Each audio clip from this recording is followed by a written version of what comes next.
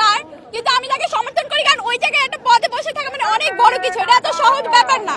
তো তাকে আশ্বাস দেই যে আরো ভালো করুক, আরো আগাতে হবে, দেশে একটা সুষ্ঠু নির্বাচন দরকার অনেক দ্রুতই।